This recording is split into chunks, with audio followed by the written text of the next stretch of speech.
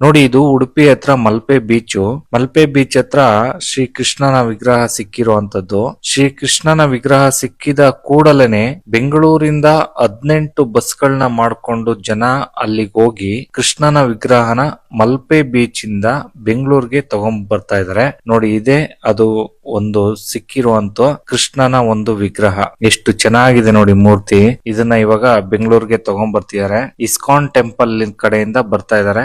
ISKCON temple ಗೆನೆ ಇದು ಸೇರುತ್ತೆ. ಆದ್ರೆ ಎಲ್ಲಿ ಇದು ಪ್ರತಿಷ್ಠಾಪನೆ ಆಗುತ್ತೆ ಅನ್ನೋದು ಗೊತ್ತಿಲ್ಲ. ಆದ್ರೆ ಬೆಂಗಳೂರಿಂದ ಒಂದು 18 ಬಸ್ ಇಂದ ಬಂದಿದ್ದಾರೆ ಅನ್ನೋದೊಂದು ವಿಷಯ ತಿಳಿತು. ಅಷ್ಟು ಜನ ಬಂದು ಶ್ರೀ ಕೃಷ್ಣನ ವಿಗ್ರಹವನ್ನ ಬೆಂಗಳೂರಿಗೆ ಮಲ್ಪೆ ಬೀಚ್ ಇಂದ ಬೆಂಗಳೂರಿಗೆ ತಗೊಂಡು ಹೋಗ್ತಾ ಇರುವಂತ ದೃಶ್ಯಗಳು. ಈ ವಿಡಿಯೋ ನೋಡೋ ಸುಮಾರು ಜನಗಳಿಗೆ ಅನ್ಸೋದೇನಪ್ಪಾ ಅಂತ ಅಂದ್ರೆ, ಸಮುದ್ರದಲ್ಲಿ ಒಂದು ವಿಗ್ರಹವನ್ನ ಯಾರೋ ಇಟ್ಟಿರ್ಬೋದು, ಇಲ್ಲ ಹಾಕಿರ್ಬೋದು, ಅದು ತೇಲ್ಕೊಂಡು ಸಮುದ್ರ ದಡಕ್ಕೆ ಬಂದಿದೆ, ಅದನ್ನ ತಗೊಂಡು ಇವಾಗ ಬೆಂಗಳೂರಿಗೆ ಹೋಗ್ತಿದ್ದಾರೆ ಅನ್ನೋ ಒಂದು ಮನಸ್ಥಿತಿ ಬರ್ಬೋದು, ಇಲ್ಲಾಂದ್ರೆ ಆಲೋಚನೆ ಬರ್ಬೋದು. ಆದರೆ ಈ ಒಂದು ಕೃಷ್ಣನ ವಿಗ್ರಹದಿಂದ ಎಷ್ಟೋ ಕುಟುಂಬಗಳಿಗೆ ಜೀವನ ಅಭಿವೃದ್ಧಿ ಆಗುತ್ತೆ, ಮತ್ತೆ ಎಷ್ಟೋ ಜನರಿಗೆ ಕೆಲಸ ಸಿಕ್ಕುತ್ತೆ. ಆ ಊರು ಹಂಗಂದ್ರೆ ಈ ಪ್ರತಿಷ್ಠಾಪನೆ ಮಾಡ್ತಾರಲ್ಲ, ಆ ಊರ ಅಕ್ಕಪಕ್ಕ ಅಭಿವೃದ್ಧಿ ಆಗುತ್ತೆ. ಇಂಥದ್ದೆಲ್ಲ ಒಂದು ಪವಾಡ ನಡೆಯುವಂತ ಒಂದು ವಿಗ್ರಹ ಅಂತಾನೆ ಹೇಳ್ಬೋದು, ಕೃಷ್ಣನ ವಿಗ್ರಹ. ಅದಕ್ಕೋಸ್ಕರ ಎಲ್ರು ಹರೇ ಕೃಷ್ಣ ಕೃಷ್ಣ ಕೃಷ್ಣ